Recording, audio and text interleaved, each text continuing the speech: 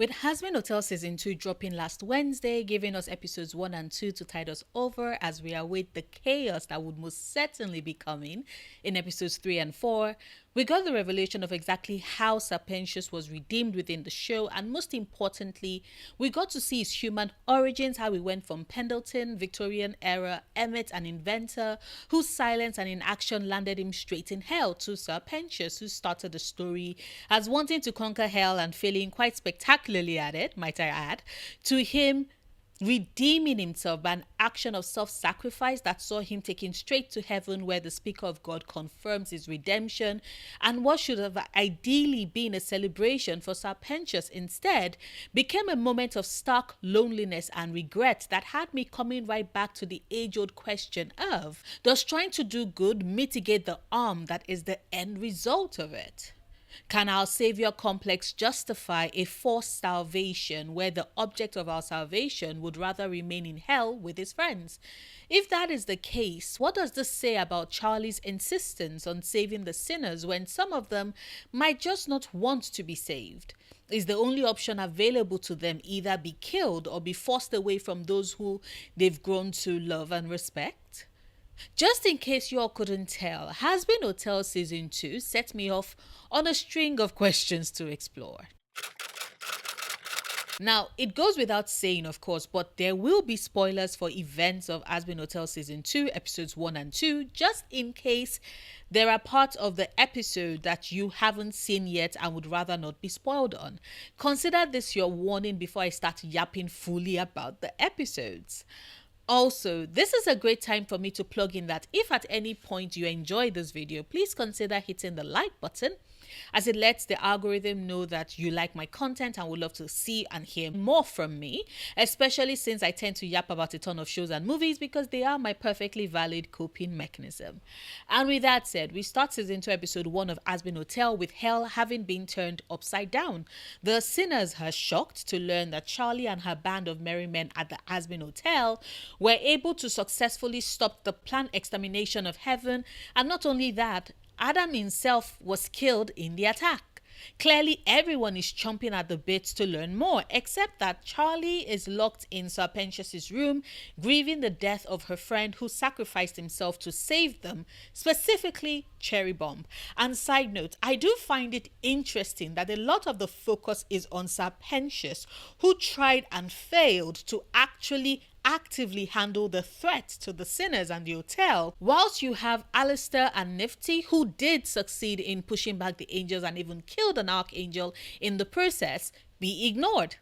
Of course, with a couple of injuries in the mix, as we see with Alistair. But I did find it an interesting commentary about how the people whose efforts we recognize and support in the struggle for freedom and liberation are often the ones who die in the process, while those who survive, albeit with bloody bodies and broken bones, are not as recognized or immortalized as their compatriots. I guess death really does help with the immortalization in freedom fighting circles, huh? Anyway, sorry, that was me just going off of a tangent. Back to Pentious. We have Charlie, who spends a significant part of episode 1 sad and moping about his loss, until Emily pops in for a brief appearance at the end of the episode to inform her that her plan did work and that sinners can be redeemed because Pentious is in heaven at that very moment. The episode, of course, ends with Charlie rightfully screaming in shock, and episode 2 shows us that whilst hell is dealing with what this all means, that angels can be killed, heaven meanwhile has to deal with that same situation, but now with the knowledge that hell knows it can attack them and win. And also, Pentious, who has been redeemed, is put to the trial as they try and figure out exactly how he made his way into heaven and what needs to be done to set things right.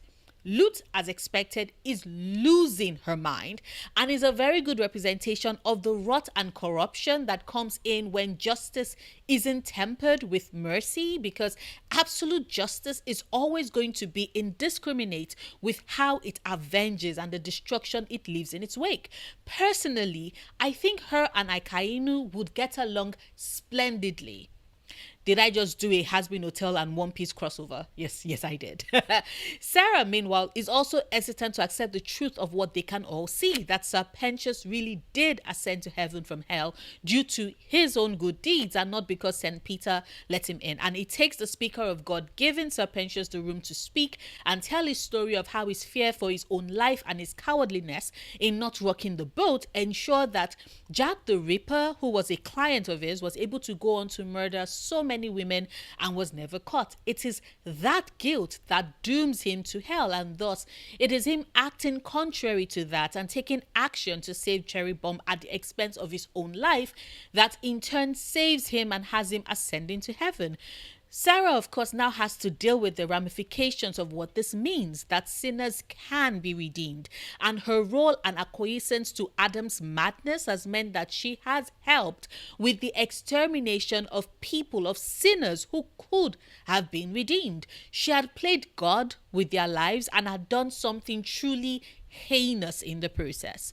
Now, I'm not going to explore Sarah's psyche and story in this video. If you would like to hear my thoughts though about her or Loot, please let me know in the comments so I can work it into my next Hazbin video.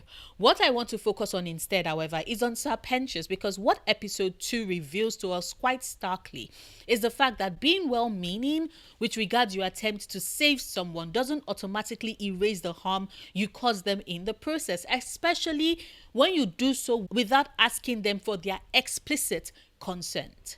We see this quite clearly with Emily, who is beyond thrilled that Charlie was right and sinners can be redeemed. And here was Sir Pentious in the flesh who confirms that.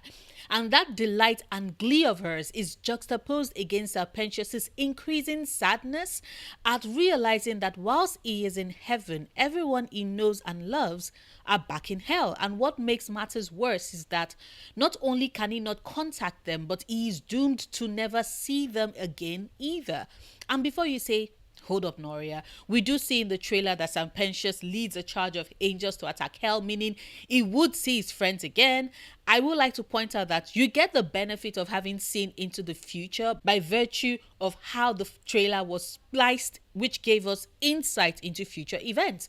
Sir Pentious doesn't have that luxury. That information is not available to him. All he knows is that he can never see his egg boys again. And yes, the ones that Emily created for him are cute, but they still aren't his original minions, who to him have all died alongside him because he is unaware that Frank survived. It is a great use of dramatic irony in this situation, especially as it exacerbates Sir Pentious's misery and loneliness whilst we, the audience, know better. I mean, and trigger warning here for a brief mention of his suicide attempt, but Sir Pentious legit attempts to put a bullet in his own brain after Emily informs him that he will never get the chance to interact with or be with his friends ever again. Also, him having to attack them, that makes things so much worse. And sure, a large part of the fandom does laugh it off as a joke, the suicide attempt as a joke, because it didn't succeed and it was all part of a musical number, but it reads as a very sad scene for me because it proved that even death couldn't give Sir Pentious what he wanted: an exit out of heaven. He is stuck, bound by the goodwill of an entity that he is incapable of fighting against, redeemed against his own will, and kept in heaven also against his own will, all because his soul had learned to forgive itself for the ills it had committed whilst he was alive, now that he's performed an act of self-sacrifice. It says a lot that Emily, whilst bemoaning the loss that is Sir Pentious not being able to contact his friend, is immediately bubbly in the next moment and tries to convince him to move on from it by trying to show him all the things that heaven has in store for him to partake in, which, quick side note, was I the only one who heard her spiel and rolled my eyes whilst muttering, that sounds boring as shit. That scene trigger memories of my childhood spent at Sunday school, wondering why and how everyone seems so gung-ho about heaven when singing Hallelujah for the rest of eternity sounds like an absolute punishment. Yes, it did. I can't be the only one who thought that, right? But back to Emily and Sir Pentious. Having her run roughshod over all of Sir Pentious' desires because he's now in heaven and he needs to move on from what he had going on for him in hell, now that he's in heaven because there is a huge divide and neither the twain shall meet, was so frustrating to me. Because well-meaning she might be, but it doesn't take away the direct harm that her good intentions were causing for a sinner turned angel who just wants to be with his friends. And that in turn turned me to the other sinners because prior to Sir Pentious, they all went along with Charlie's plan to humor her. Let's be real, let's be honest.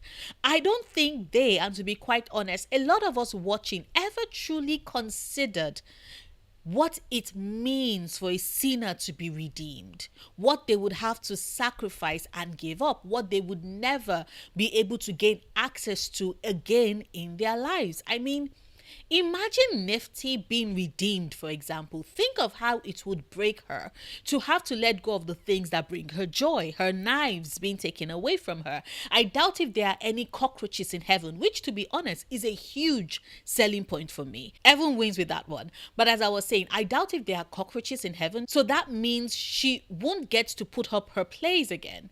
Wouldn't get to see Alistair unless he too is redeemed. And let's be honest, if there is any sinner who most certainly does not want to be redeemed and will do everything to ensure that he doesn't get stuck in heaven for any extended amount of time, it is definitely Alistair.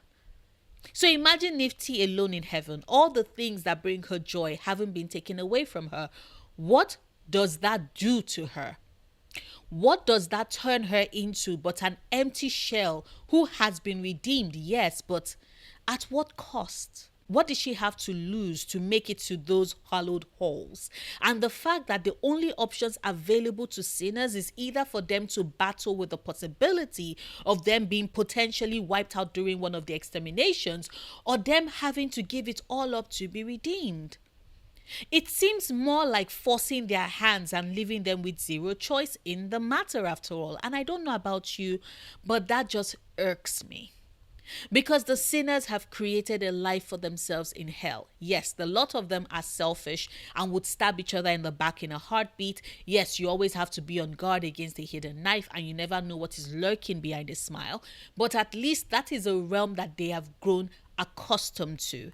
That is a realm that is familiar to them. Some of them have been able to make it a home, a realm within which they found friends and lovers and partners, and to yank them away from that to fulfill some moral superiority hinged on heaven and hell, having to stay separate in the case of Emily, and a highly maxed out savior complex in the case of Charlie, who, to be fair, feels added guilt because her parents were directly responsible for the fall of humanity and her father keeps shirking his responsibility. But as I was saying, to yank them away from all of that just feels sad.